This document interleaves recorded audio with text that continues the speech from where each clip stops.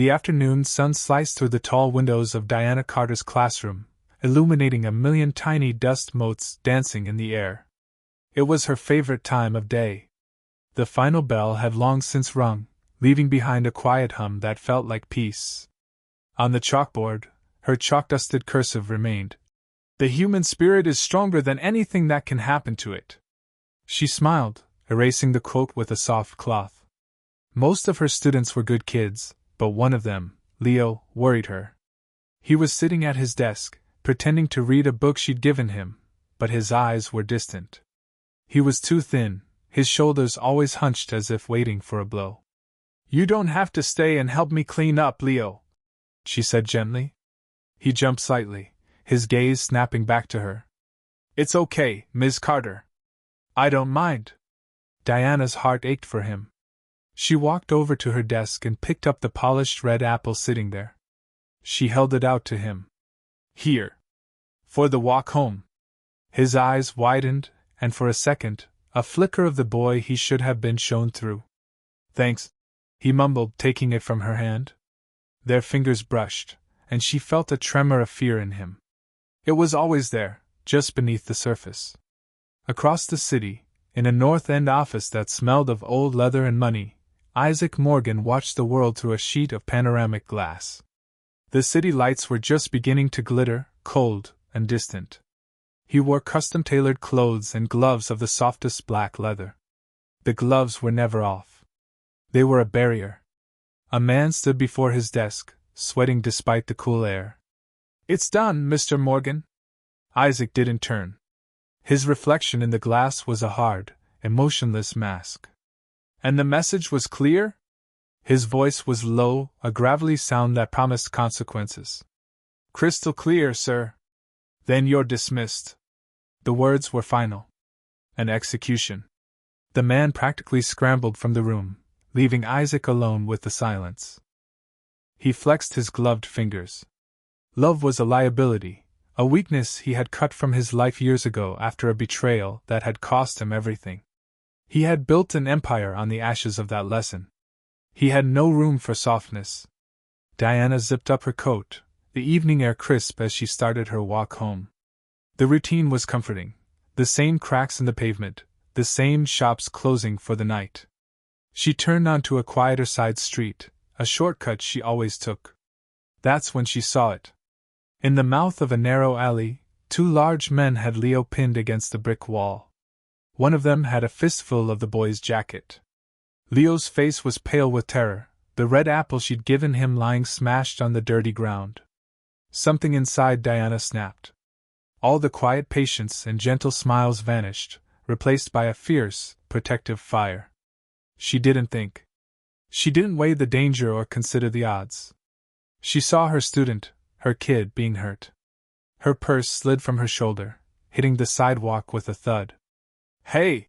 she shouted, her voice ringing out, sharp and clear in the sudden silence. "Get away from him!" Both men turned. Their faces were brutal, their eyes cold and empty. And now, they were fixed squarely on her. The danger had a new target. Her heart hammered against her ribs, a frantic drumbeat in the sudden quiet. But she took a step forward, then another, until she was standing directly between the men and Leo. She could smell the stale cigarette smoke on their clothes, see the cruelty in their smirks. Her hands were trembling, but she balled them into fists at her sides. "I said leave him alone." The larger man laughed, a low, ugly sound. "Or what, teacher? You gonna give us detention?" Before he could move, a pair of headlights sliced through the alley's gloom. A long, black car glided to the curb, its engine a deep, silent purr. It didn't belong here. It was too clean, too expensive, too dangerous. The car door opened. A man stepped out.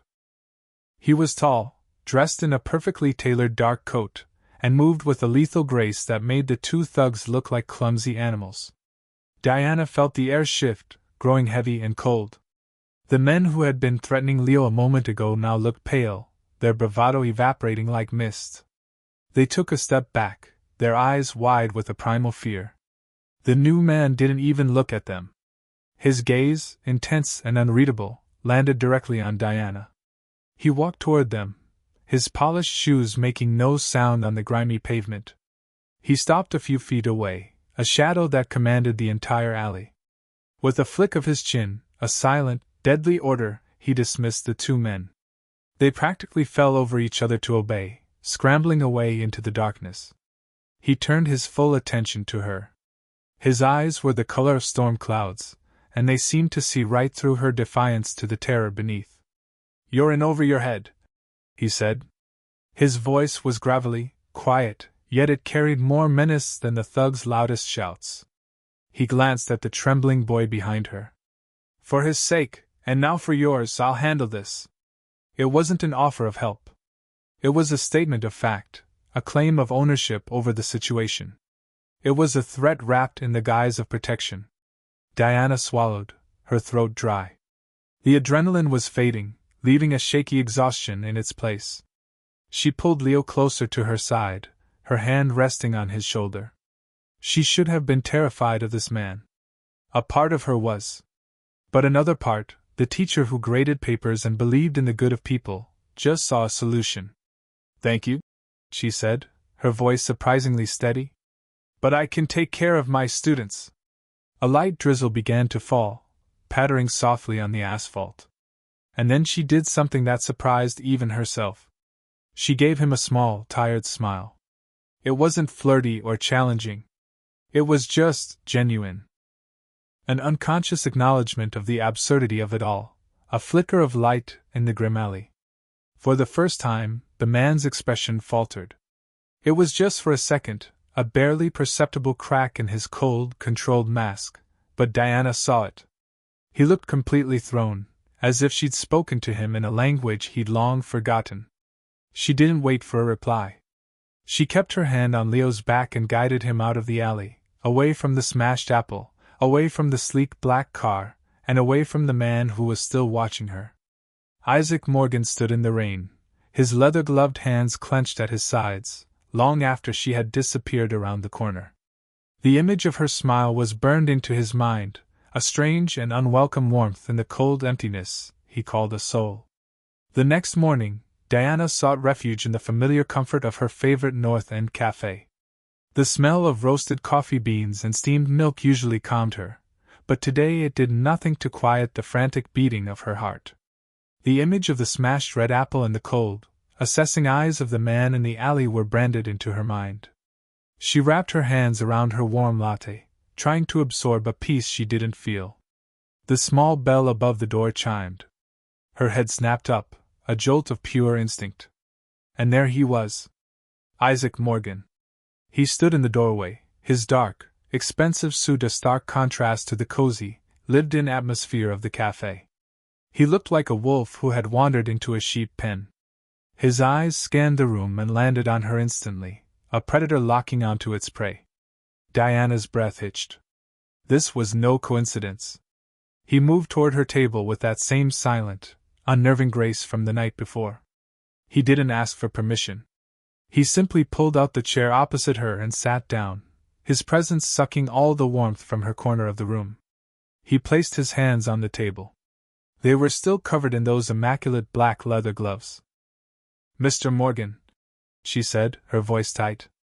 "Ms. Carter." His tone was flat, devoid of pleasantries. "I was in the neighborhood." She didn't bother calling him on the lie. "What do you want?" "The boy. Leo. Is he all right?" "He's a student, not a pawn in whatever game you're playing." She shot back, her fear giving way to a protective anger. "And he's fine. No thanks to your associates." A flicker of something, annoyance, maybe, crossed his face. "You don't understand the situation. Your sentimentality is a liability. It makes you a target. It makes him a target. It's called caring," she said, her voice low and fierce. "It's what people do when they see someone in trouble." He almost smiled, but it was a cold, bitter thing that never reached his eyes. "Caring gets people hurt." He reached into his coat and slid a thick envelope across the table. It landed softly next to her coffee cup. "I'm prepared to make a significant donation to your school." Enough to fund the entire literature department for a decade.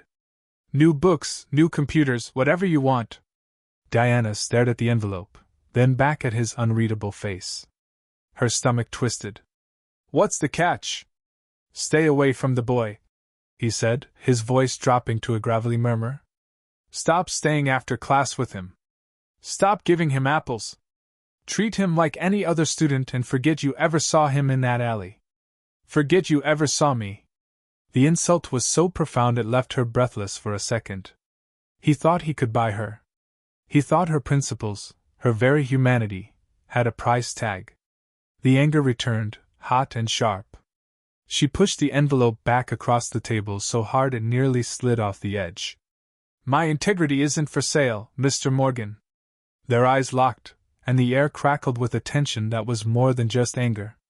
It was something else, something dangerous and electric. For the first time, she saw past the cold facade. Deep in his storm cloud eyes, she saw a profound, aching sadness. It was a glimpse of a wound so old and deep it had scarred over into this ruthless, unfeeling man. The discovery unnerved her more than his threats. Isaac stared at her, at the defiant fire in her gaze. He was drawn to it, to this unbreakable light he was certain his world could only extinguish. He stood up, his chair scraping softly against the floor. The world you live in is not the real world, Miss Carter, he said quietly. He left the envelope on the table. Sooner or later you'll have to choose which one you want to survive in. Then he turned and walked out, leaving her alone with the scent of his cologne and the impossible choice he had laid at her feet. It started subtly. A black sedan, sleek and expensive, was parked across the street from her apartment building when she got home from the cafe. She told herself it was a coincidence. But it was there again the next morning, and the evening after that.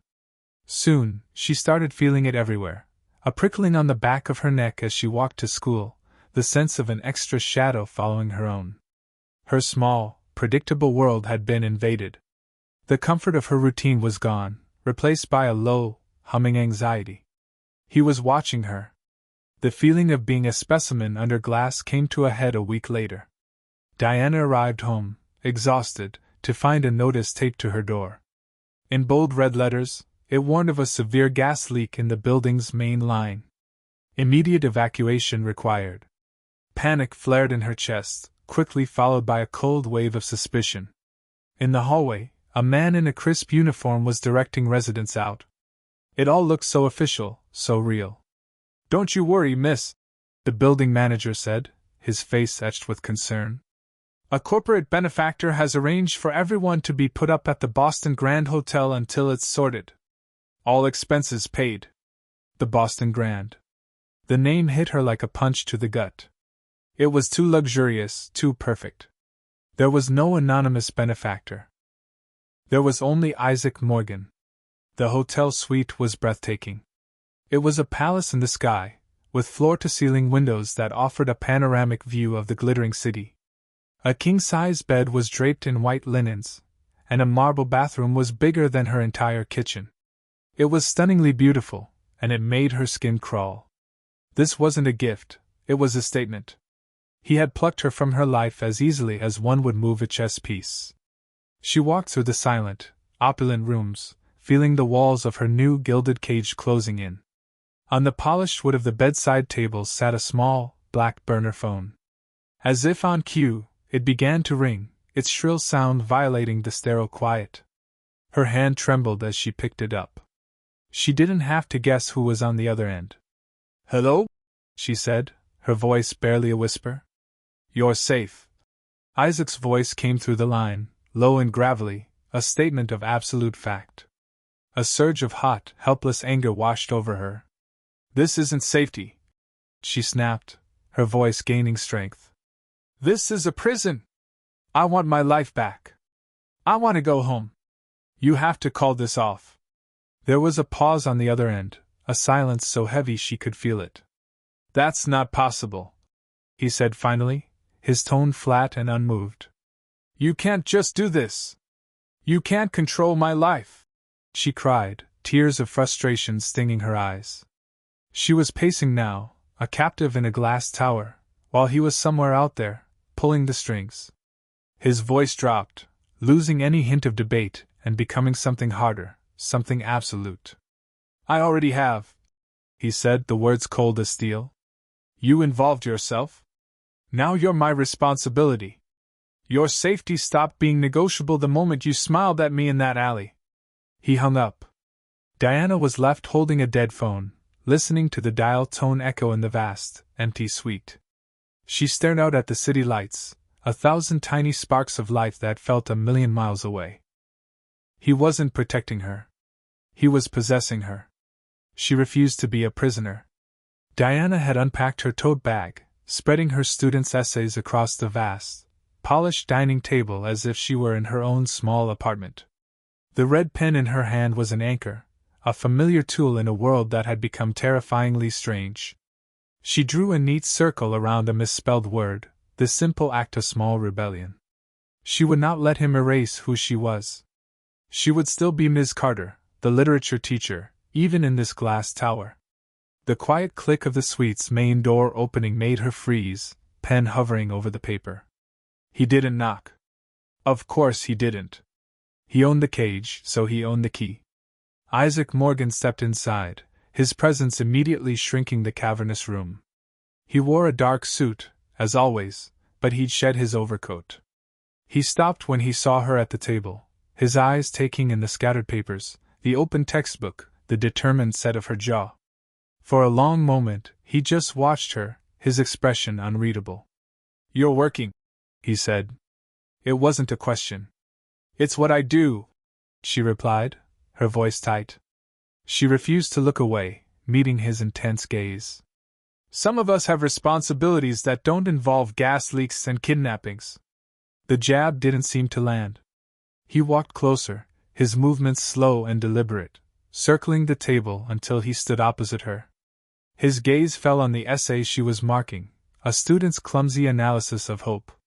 You care about them a great deal, he murmured, his voice a low rumble. Is that a crime in your world? He finally looked up from the papers, and his eyes held a shadow of something ancient and painful. It was the same deep sadness she had glimpsed in the cafe. It can be, he said, his voice quiet. I learned a long time ago that caring for something only makes it a target. The words hung in the air between them, heavy with unspoken history.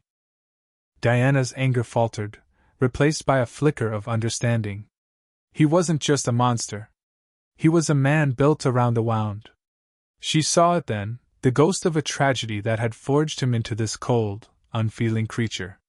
He took another step, closing the remaining distance between them. He leaned forward slightly, resting his gloved hands on the table, trapping her in his gaze. The scent of expensive cologne and something sharp, like winter air, filled her senses.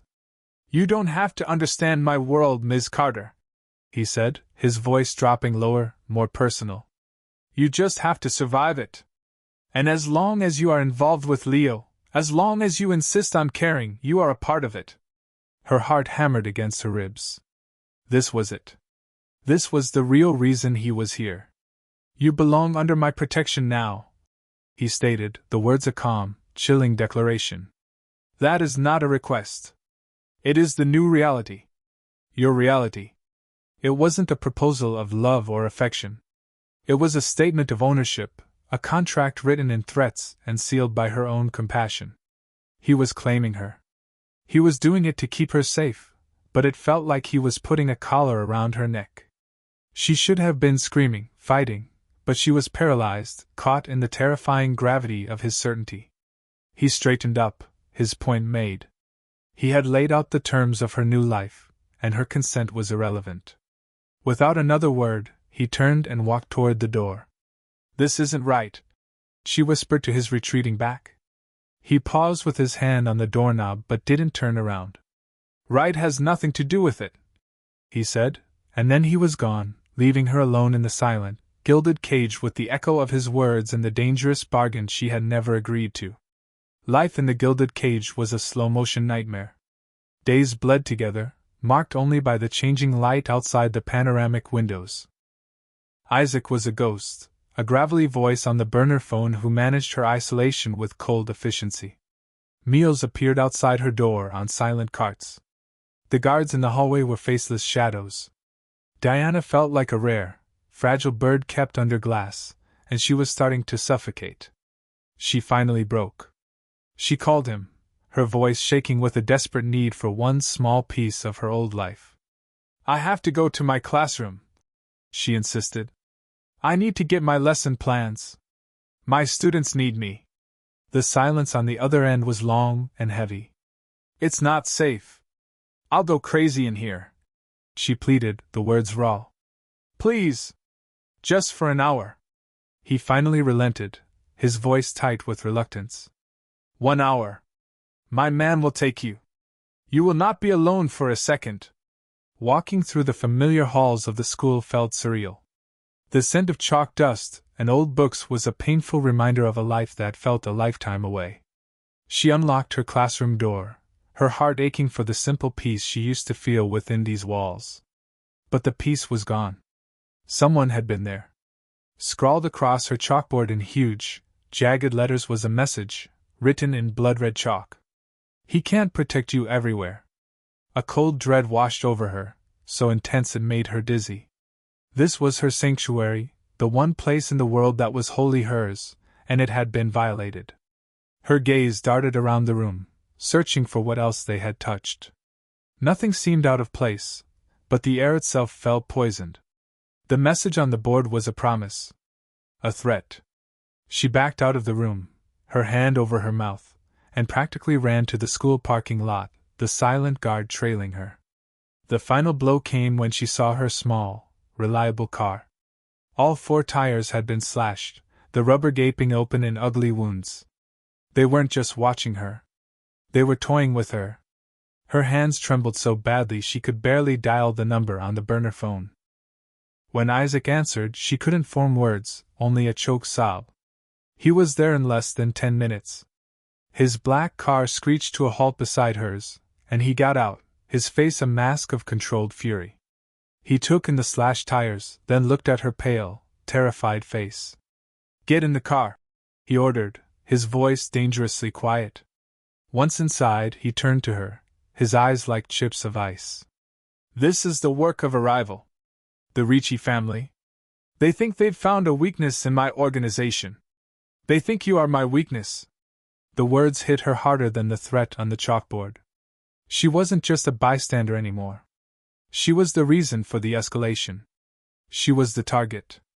"The hotel is compromised," he said, his jaw tight. "We're moving. Now." He drove them away from the city center, into a quiet, historic neighborhood of brick-faced brownstones and gas lamps. He pulled into a hidden garage beneath one of the houses. Inside, the home was beautiful, filled with dark wood, shelves of leather-bound books, and deep, comfortable furniture. A fire was already crackling in the hearth, casting flickering shadows on the walls. It was warm and elegant, but the windows were fitted with heavy, reinforced shutters, and the silence was absolute. It was another cage, just one built of brick and history instead of glass and steel. Diana stood in the middle of the living room, her school bag still clutched in her hand.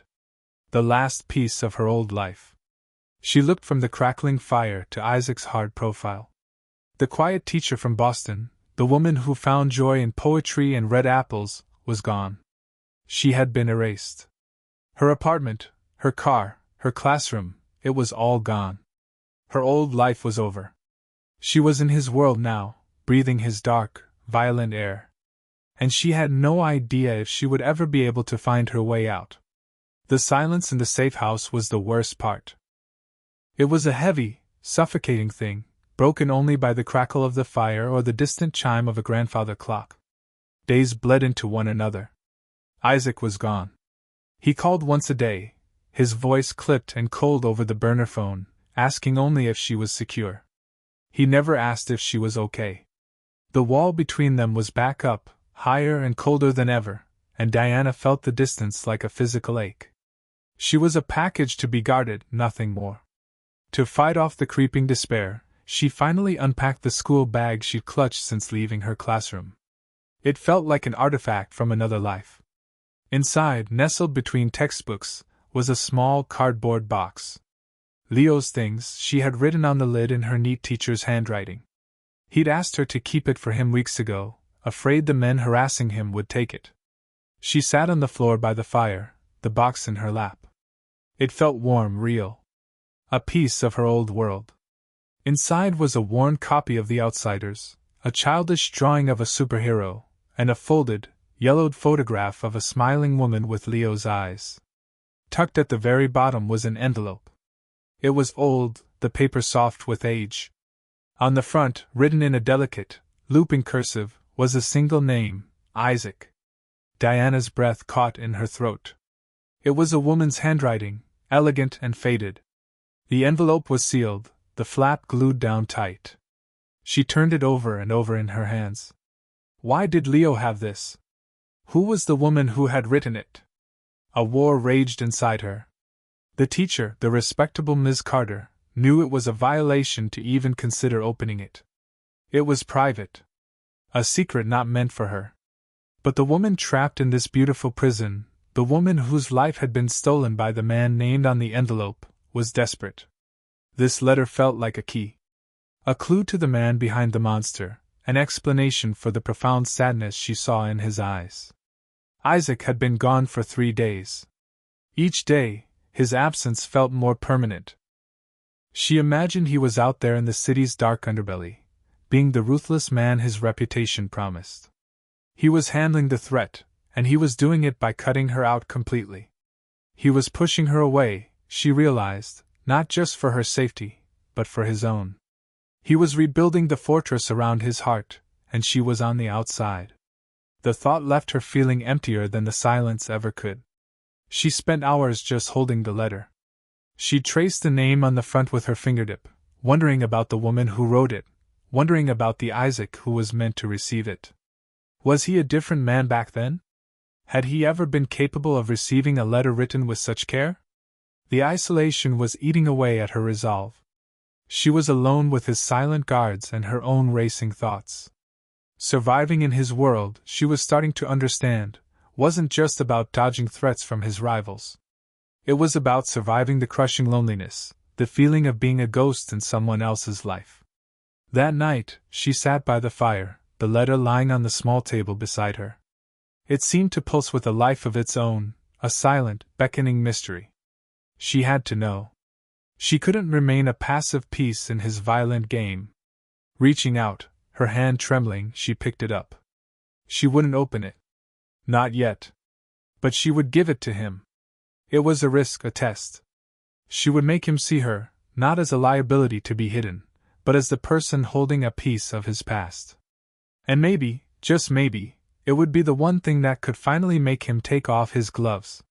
The heavy front door opened with a groan of old wood, and Diana's head snapped up from the fire.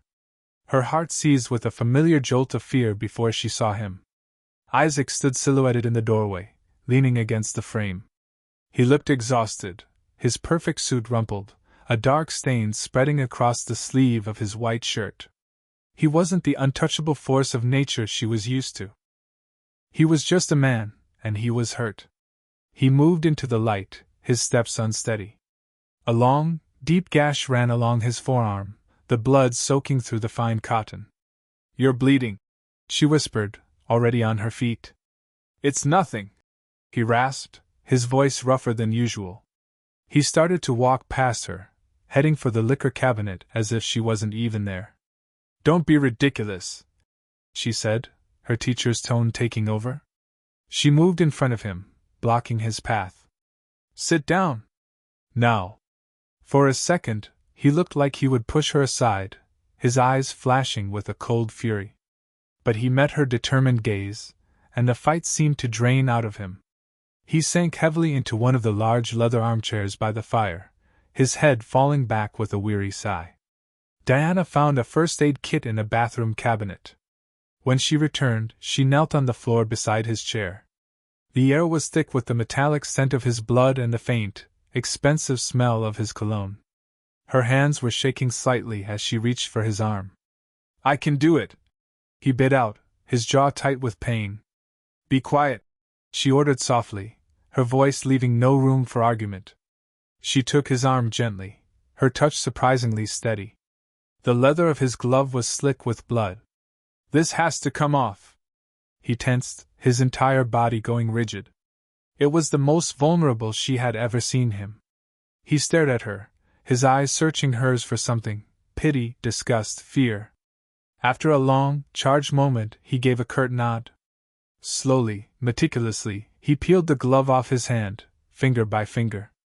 Diana's breath caught. It was the first time she had ever seen his bare skin. His hand was strong and well-formed, but it was a roadmap of violence. A thick, faded scar ran across his knuckles, and a dozen smaller, silvery lines crisscrossed his palm. These were not the hands of a businessman. They were the hands of a man who fought and bled for his life. She said nothing. She simply took a cloth, soaked it in antiseptic, and began to clean the fresh wound on his arm. Her touch was gentle, careful. He flinched but didn't pull away. The silence stretched, filled only by the crackle of the fire and the soft sound of her work. She was a nurse, he said suddenly, his voice a low, gravelly whisper that barely disturbed the quiet.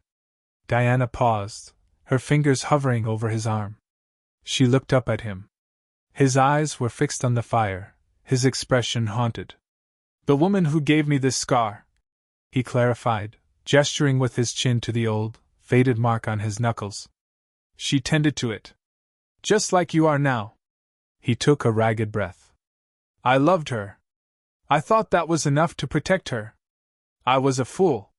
The words were torn from him, rough and raw. They used her to get to me. They knew she was my weakness. My enemies made me watch as they. He stopped, his throat working. He didn't need to finish. The horror of it hung in the air, thick and suffocating. My sentimentality, as you called it, got her killed, he finished, his voice turning to ice. I swore then. Never again. I will never let anyone get that close again. I will never give them a target. Diana finally understood. The gloves, the control, the cold distance, it wasn't about power. It was armor. It was a desperate, terrified attempt to keep history from repeating itself. He saw her, and he didn't just see a teacher he had to protect. He saw a ghost. She finished wrapping a clean white bandage around his arm, her movements slow and deliberate. Her fingers brushed against his bare skin, and a current, warm and electric, passed between them. He didn't pull away. He simply watched her, his storm cloud eyes filled with a pain so deep she felt it in her own chest.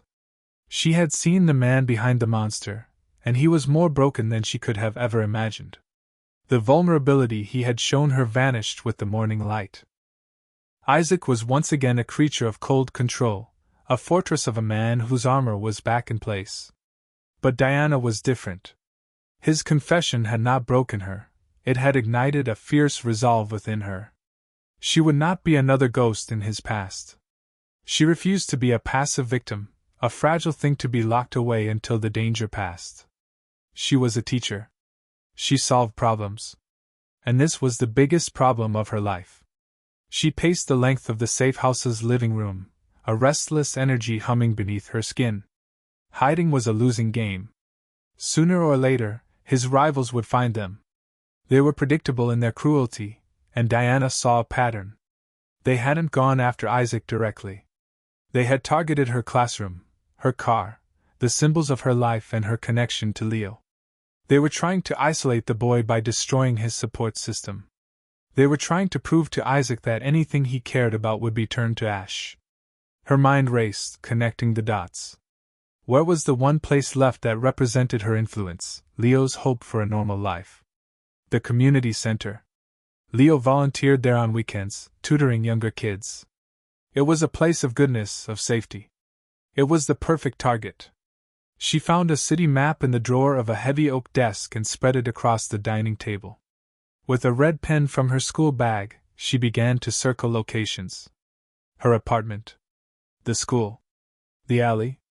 Then she drew a final, firm circle around the North End Community Center. When Isaac returned that evening, he found her waiting at the table, the map laid out like a battlefield strategy. He stopped, his gaze taking in the scene, his expression unreadable. "What is this?" he asked, his voice flat. "This is your rival's next move," she said, her own voice steady, surprising herself with its confidence. She pointed with the pen. "They hit my classroom here. My car here. They're not just being random. They are systematically destroying every safe space in Leo's life that connects to me. They want to prove you can't protect the life I represent." He stood on the other side of the table, his arms crossed. He looked skeptical, dismissive. "I have men watching every corner of this city, Ms. Carter. Leave the strategy to me. Your men are looking for threats to you." She shot back, meeting his gaze without flinching. "They're not looking for threats to a boy's hope. They don't know him. I do. He tutors at the community center on Saturdays. It's the last piece of his normal life he has left. It's where they'll go next. Not to kill him. To terrorize him. To send you a message." Her logic hung in the air, clean and sharp. She wasn't pleading or guessing. She was presenting a thesis, backed by evidence. She was being a teacher. Isaac was silent for a long time, his stormy eyes fixed on the map, then on her. The dismissiveness in his expression slowly dissolved, replaced by something else, something she had never seen before: respect. He was looking at her not as a liability, not as a fragile civilian he had to protect, but as an asset. He leaned over the table, his bare, scarred hand resting near hers. He tapped the circle she had drawn.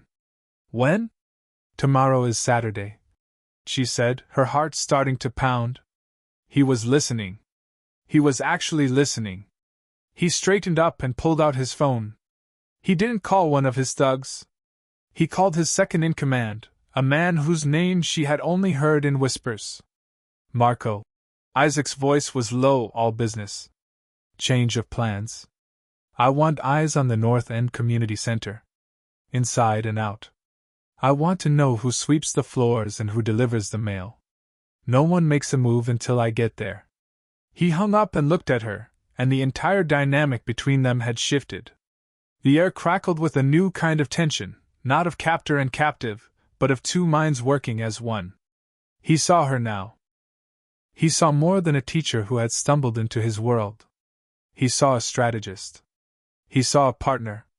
"It seems," he said, a ghost of a smile touching his lips, "your lesson plan has been approved, Ms. Carter."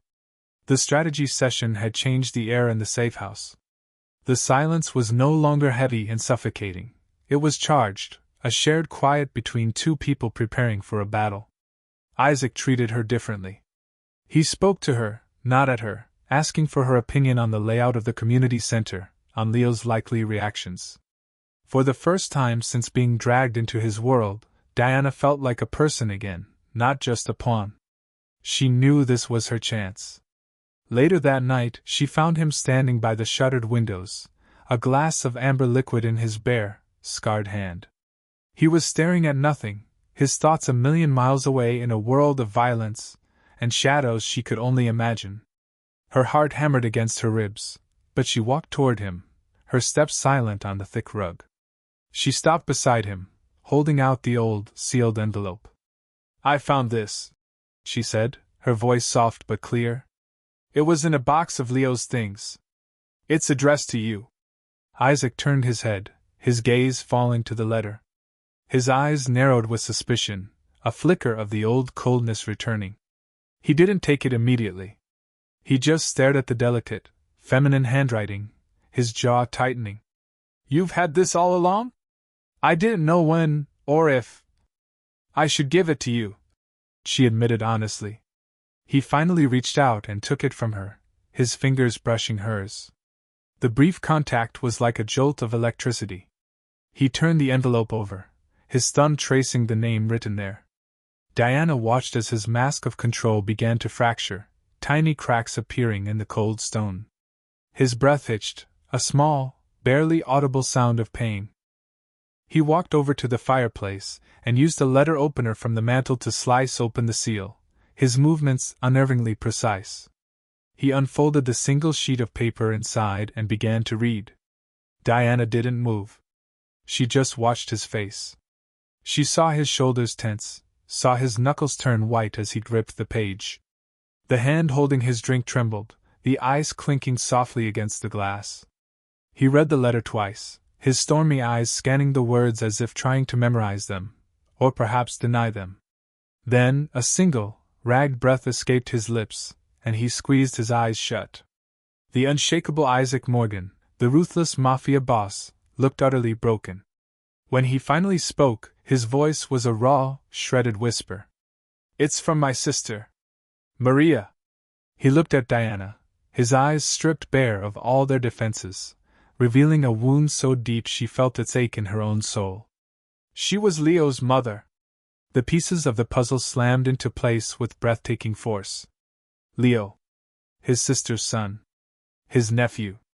"She ran away from our family years ago," he continued, his voice thick with a grief that was still fresh.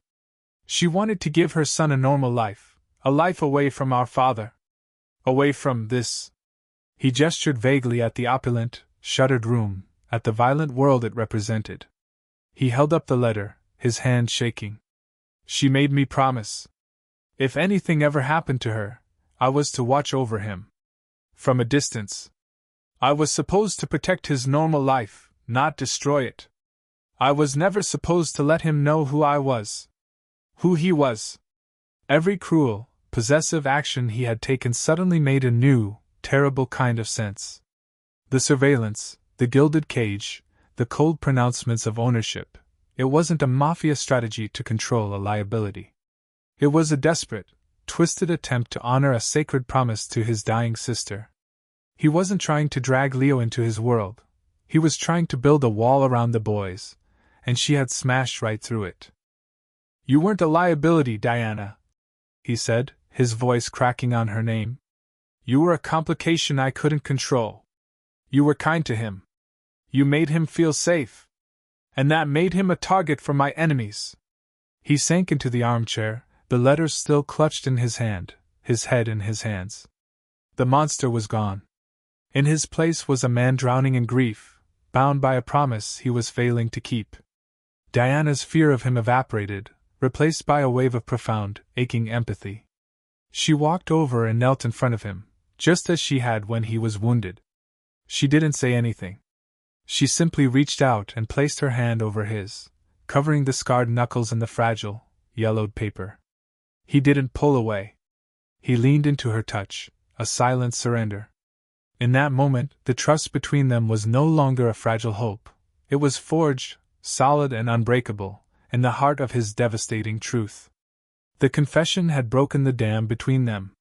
The heavy, guarded silence of the safe house was replaced by a low hum of shared purpose.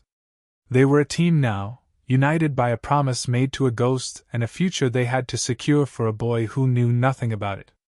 The city map was still spread across the table, no longer a symbol of Diana's theory but the blueprint for their war. Isaac's first instinct was brutal and simple.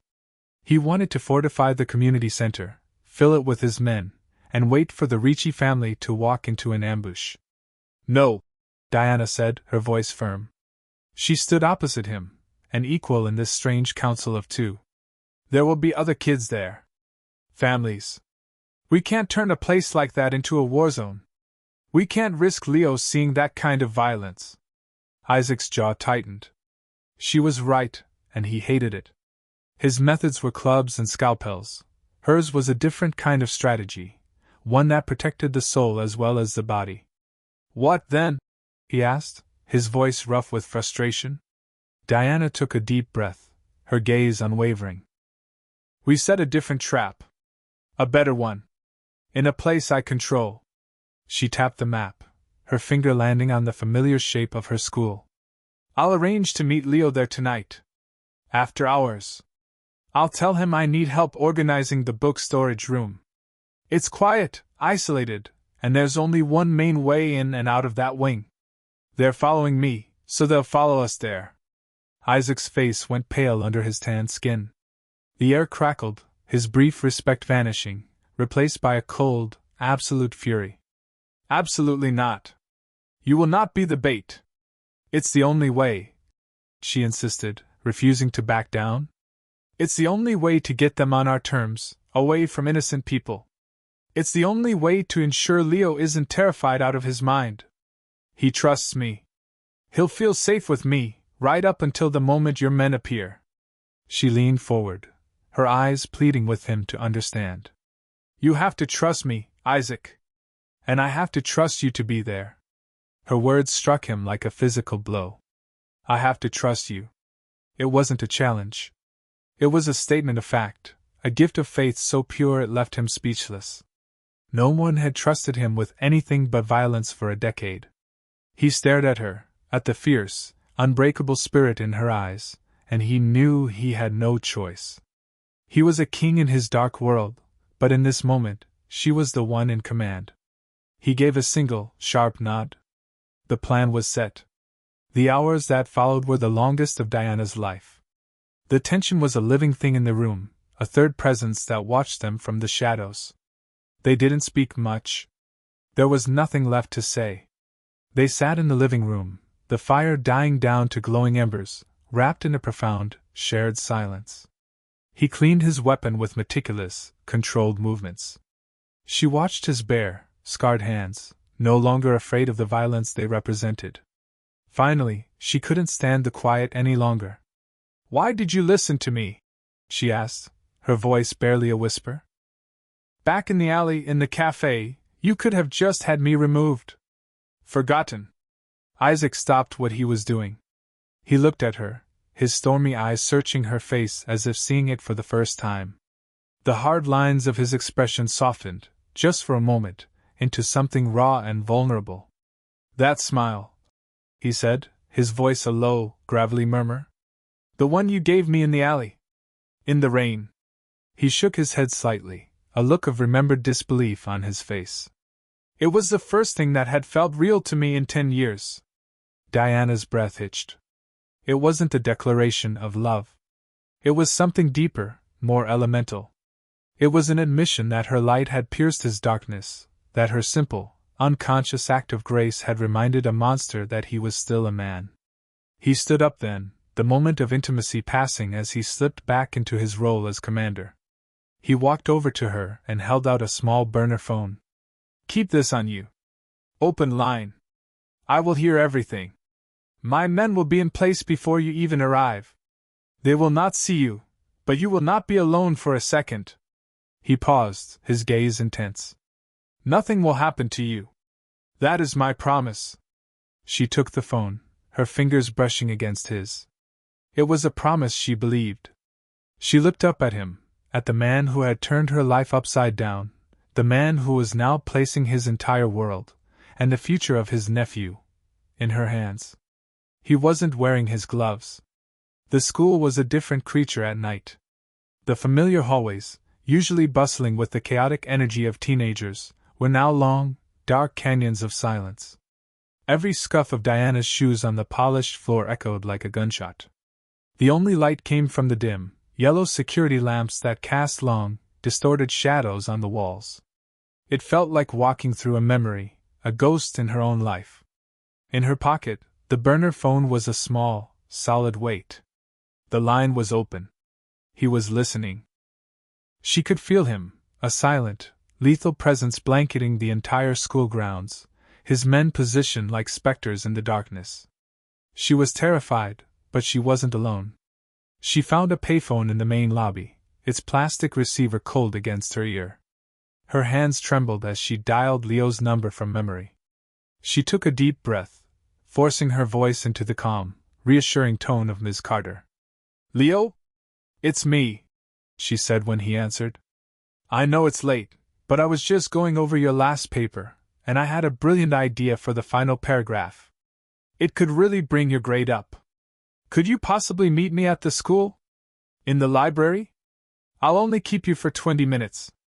There was a pause. She could hear the hesitation, the suspicion. Now? I know it's a strange request. She pushed, her heart hammering. But inspiration struck. It won't take long, I promise. Another silence, then a sigh of resignation. Okay, Ms. Carter. I'll be there in 15. He hung up. Diana leaned her forehead against the cool metal of the payphone, her entire body shaking with relief and dread. The bait was on its way to the trap. She walked to the library, the enormous room a cavern of shadows. The rows and rows of books, usually her greatest comfort, seemed to watch her with 1,000 silent eyes. She sat at a table in the center of the room, directly under one of the few lights, making herself a perfect, visible target. She folded her hands on the table, a picture of patience, while a storm raged inside her. She thought of Isaac, of his promise. "Nothing will happen to you." She clung to those words like a prayer. Minutes stretched into an eternity. Every creak of the old building, every gust of wind against the tall windows, made her jump. She heard the faint sound of a car engine idling, then cutting out. Her breath hitched. They were here. Heavy footsteps crunched on the gravel outside. Not the light, hesitant steps of a teenage boy, but the confident, heavy tread of men. Her fingers curled into tight fists under the table. She could hear their low voices, a murmur of sound that made the hair on her arms stand up. But the footsteps didn't turn toward the library entrance. They kept going, moving past the library wing, their sound echoing down the main corridor. Diana's blood ran cold. Where were they going? The plan was for them to find her here, with Leo. Then she heard it. A distant, metallic groan. It was a sound she knew well, the sound of the heavy, rarely used side door to the performing arts wing being forced open. The door that led directly to the auditorium. A wave of pure, sickening dread washed over her. It wasn't a mistake. It was a counter-move. They hadn't followed her. They had their own plan. They knew Leo would be here, and they had set their own trap. The plan had failed. The trap was sprung, but in the wrong place. And a terrified, unsuspecting boy was walking right into it. Her blood ran cold. The plan was wrong. Utterly, terribly wrong. He was listening, he had to be. Through the open line on the burner phone, her frantic, ragged breaths would be a clear signal of the disaster unfolding. She didn't wait for an order. She shoved herself away from the library table, her chair scraping loudly in the silence, and ran. Her footsteps echoed down the empty corridor, a frantic, desperate rhythm. She pushed through the heavy double doors leading to the arts wing, her shoulder aching with the impact. The air here was different, smelling of dust and old stage paint. Ahead, a sliver of harsh white light cut through the darkness from the partially open auditorium door. Diana slowed, her heart a wild bird trapped in her ribs. She crept the last few feet, her hand trembling as she pushed the door open just enough to see inside. The auditorium was a vast, cavernous pit of darkness. But the stage was lit, caught in a single, harsh spotlight from above. It looked like a scene from a nightmare. Leo was there, standing center stage, his face pale and tear-streaked. A man stood behind him, his arm locked around the boy's neck, a glint of metal held to his temple. It was Ricci. His face was slick with sweat, his eyes wide and manic. He was using Isaac's nephew as a human shield. "I know you're here, Morgan!" Ricci's voice boomed, amplified by the perfect acoustics of the empty hall. It bounced off the velvet seats and high ceilings, a desperate, cornered sound. "Show yourself! Let's finish this!" Diana pressed her hand to her mouth to stifle a cry. She saw a flicker of movement in the wings stage left. A shadow detached itself from the deeper darkness. Isaac. He moved with a predator's silence, his face a mask of cold, controlled fury. Other shadows peeled away from the walls in the audience, his men flowing into position with disciplined quiet. They were ghosts with guns. "Let the boy go, Ricci!" Isaac's voice was unnervingly calm, a low rumble of gravel that cut through the tension. It held no room for negotiation. It was a command. Ricci laughed, a high, unhinged sound that echoed horribly. "You think I'm a fool? This boy is the only thing keeping me alive right now. You care about him. The great Isaac Morgan has a weakness, after all. Your sister's boy." Isaac took another step into the light at the edge of the stage. The man Diana had shared a moment of trust with was gone. The man who had confessed his pain by the fire had vanished. In his place stood the monster of North End legend, his eyes chips of ice, his focus absolute. He was here to do one thing: eliminate the threat. "This is your last chance," Isaac said, his voice dropping even lower, becoming the sound of death itself. For a heartbeat, the world stood still. Then Ricci made his mistake. He shifted his grip on Leo, tightening it, trying to assert his dominance. It was the only opening Isaac needed. The motion was a blur. Diana barely registered it. One moment, Isaac was standing at the edge of the stage; the next, he was on it. He moved with an impossible, lethal speed. There was a sharp, brutal crack of bone on bone, a strangled cry of pain from Ricci, and the metallic clatter of a gun skittering across the wooden stage floor. It was over in less than 2 seconds. Ricci was on his knees, clutching a shattered wrist, his face a mask of agony. 2 of Isaac's men materialized from the wings, hauling him to his feet and dragging him away into the darkness without a word. Leo was left standing alone in the spotlight, trembling, his eyes wide with a terror that went beyond the immediate danger. He was staring at his uncle. At the man who had just moved with the efficiency of a killer. The cold, mafioso persona did not soften. Isaac's fury had not subsided, it had only changed its target. He straightened his suit jacket, his expression hard as granite. His focus shifted from the neutralized threat to the terrified boy. He looked at his nephew not with relief, but with a cold, terrifying resolve. The immediate danger was over. But the silence that followed was worse. It was heavy, suffocating, filled with the echo of violence and the stench of fear. Leo stood frozen in the harsh glare of the spotlight, a small, fragile figure in a sea of darkness. He wasn't looking at the wings where Ricci had been dragged away. He was staring at Isaac, his eyes wide with a terror that was deeper and more profound than anything that had come before. He had just seen the monster behind the man. Diana felt a wave of relief so intense it almost buckled her knees, but it was immediately replaced by a new, creeping dread. She saw the look on Isaac's face. The cold fury had not subsided. It had simply found a new focus. He straightened his suit jacket, a small, precise movement that was terrifying in its composure. He was no longer the man who had confessed his pain by the fire. He was the mafioso, the ruler of a dark kingdom, and he was making a decision. He started walking toward his nephew, his polished shoes making sharp, deliberate sounds on the stage.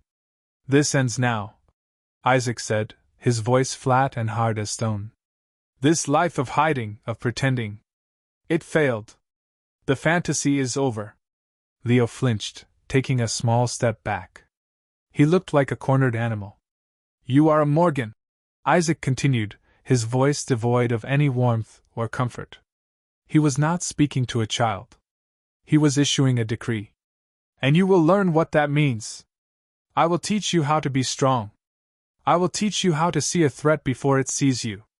I will teach you how to survive." Diana's blood ran cold. She understood with sickening clarity what he was saying. He was going to fulfill his sister's promise in the only way he knew how. He was going to protect Leo by destroying him, by dragging him into the darkness and forging him into another weapon, another man who wore his pain like armor. Her feet moved before her mind could protest. She pushed herself away from the door and walked out of the shadows, her steps echoing his in the vast, silent hall. She walked right onto the stage, into the glaring spotlight, and she did not stop until she was standing directly between Isaac and the trembling boy. She put a hand on Leo's shoulder, a small, protective gesture. "No," she said. Her voice was quiet, but it rang with an absolute certainty that made Isaac stop in his tracks. He looked at her, his eyes blazing with a cold fire. "Get out of the way, Diana. This is not your world. You don't understand." "I understand perfectly," she shot back, her own voice rising, filled with a strength she didn't know she possessed. "You think the only way to keep him safe is to make him like you. You're not saving him. You're erasing him. You're taking away the very thing your sister died to give him, a choice." The mention of his sister was a physical blow. Diana saw him flinch, a crack in his granite facade. She pressed on, her words her only weapons. Is this what she would have wanted? For you to fill his head with violence and shadows? To teach him that caring is a liability and cruelty is a strength? She took a step closer, her eyes locked on his, pleading with him to see past his own pain. She didn't die so you could turn her son into another monster. She trusted you to be better than that. To be the man she remembered, not the one your enemies have made you. The auditorium was utterly silent. The only sound was their ragged breathing under the harsh, unforgiving light. Isaac stared at her, his face a war of conflicting emotions.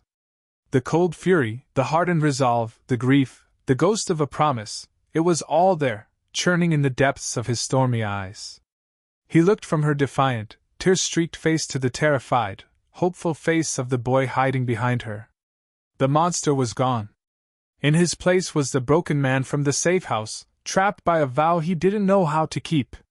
He was faced with two paths, his, the path of darkness and control, and hers, the path of hope and choice. The stage was set. The audience was empty. And Diana stood her ground, her voice quiet and clear, the only thing holding the darkness at bay. Diana's words hung in the vast, silent auditorium, echoing in the space between heartbeats. The single spotlight felt like the heat of the sun, pinning them all to the stage. Isaac didn't move. He just stared at her, his face a battlefield where the monster and the man fought a silent, brutal war. She could see it all in his stormy eyes, the grief for his sister, the cold rage of his world, and the flicker of a forgotten promise. He looked past her to Leo, who was still hiding behind her, his small hand clutching the back of her coat. For a long, agonizing moment, the entire world seemed to hold its breath. Then, something in him broke. The rigid set of his shoulders softened. The icy fury in his eyes receded, replaced by a profound, soul-deep weariness. He took a single step back, a gesture of surrender that was more powerful than any words. He looked at Diana, and in his gaze she saw a devastating acknowledgement. She was right. He lifted his chin, not to her, but to one of the shadows waiting in the wings. "Take him home," he said, his voice a low, gravelly rasp. He didn't mean the safe house. He meant her home. Leo's home. The normal life he was supposed to be protecting. One of his men, a man named Marco who moved with quiet efficiency, stepped forward. But Isaac held up a hand, stopping him. No! He corrected himself, his gaze still locked on Diana. He was giving the choice, the power, entirely to her.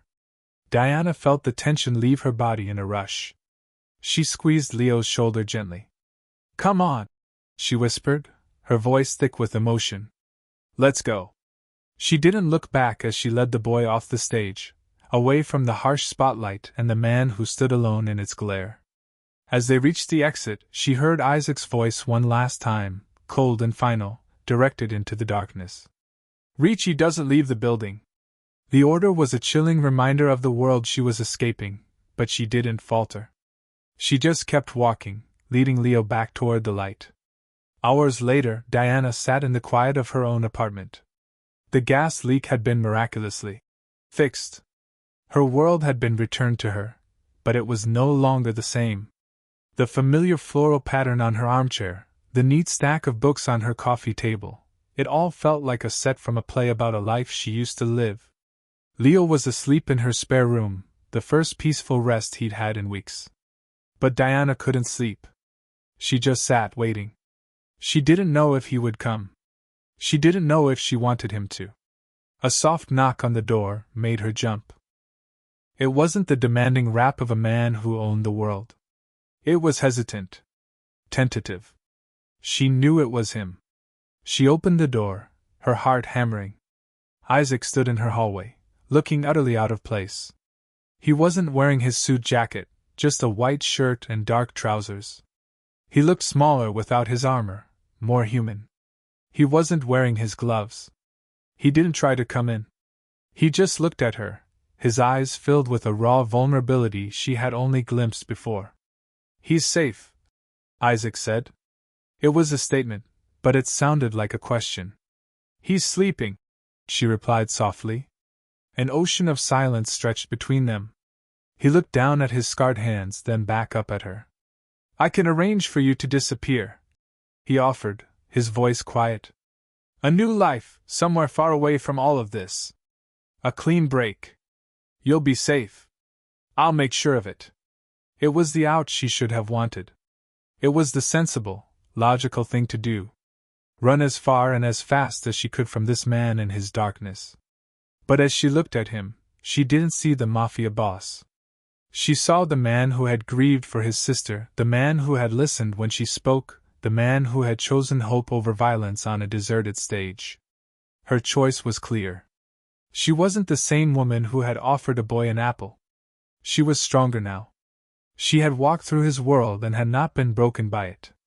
I'm not running, she said, her voice steady and sure. His breath hitched, and a flicker of disbelief crossed his face. Diana took a step forward, closing the space between them. She reached out and, without hesitation, took his bare, scarred hand in hers. His skin was warm, his calluses rough against her palm. It was real. He looked down at their joined hands, then up at her, his expression shattered. She was choosing him. Not the life, not the violence, but the man. It wasn't a surrender. It was a beginning on her terms. 6 months later, the crisp autumn air swept through the streets of Boston, carrying the scent of fallen leaves and the promise of a quiet winter. The city felt different now. Calmer. Diana sat at a small table in the North End Cafe, the same one where he had once tried to buy her silence with an envelope of cash. She smiled at the memory. The woman who had sat in this chair back then, terrified and defiant, felt like a stranger. She stirred her latte, her gaze drifting out the window. A letter from Leo was tucked into her purse. He was thriving at a new boarding school in the countryside, his words full of a lightness she had never heard in his voice before. He was on the debate team and complained good-naturedly about his history teacher. He was a normal kid. His tuition, she knew, was paid for by the newly established Maria Morgan Memorial Scholarship, its benefactor a closely guarded secret. It was Isaac's promise, kept Diana's way. The small bell above the door chimed, and her heart gave a familiar, soft flutter. It wasn't the frantic, panicked beat of fear anymore. It was something warm, something that belonged to her. Isaac Morgan walked in. He wasn't the shadow in a tailored suit who had first entered this cafe. He wore a simple gray sweater and dark jeans, the clothes of an ordinary man. The hard, dangerous edges she remembered had softened, the constant tension in his shoulders was gone. He looked around, saw her, and the corner of his mouth lifted in a way that was almost a smile. He walked to her table, his steps quiet and sure, and sat down opposite her. His hands rested on the table, and Diana's gaze fell to them immediately. They were bare. The scars were still there, a pale road map of his violent past, but the leather barrier was gone. He had taken off his armor for her, not just for a moment, but for good. You're late, she teased gently. The traffic was a nightmare, he replied, his voice the same low gravel, but the menace was gone, replaced by a quiet warmth. How is he? He's complaining about his homework, Diana said, a genuine smile spreading across her face. So he's perfect. Isaac's eyes softened, a deep, profound gratitude shining in their stormy depths. They sat in a comfortable silence for a moment, the quiet hum of the cafe a peaceful backdrop to the new world they were building together. The past was always there, a shadow that would likely never fade completely, but it no longer had the power to consume them. Diana reached into her bag. She didn't pull out Leo's letter. She pulled out a polished, perfect red apple. It gleamed under the soft cafe lights. She placed it on the table between them and slid it gently across the polished wood until it stopped just before his hands. It was a test. It was a promise. It was an offering. It was everything. Isaac stared at the apple. He looked from its perfect, shiny skin to her hopeful, waiting eyes. He remembered the first apple, smashed on the grimy pavement of an alley, a symbol of innocence crushed by his world. This one was different. This was a new beginning, offered by the woman who had faced his darkness and refused to let it win. A slow, real smile spread across his face. It was the first one she had ever truly seen, and it transformed him, chasing the last of the shadows from his eyes. It was the most beautiful thing she had ever witnessed. He reached out, his scarred fingers closing around the apple. He accepted it. He accepted her. He accepted this new, unwritten future they had chosen together.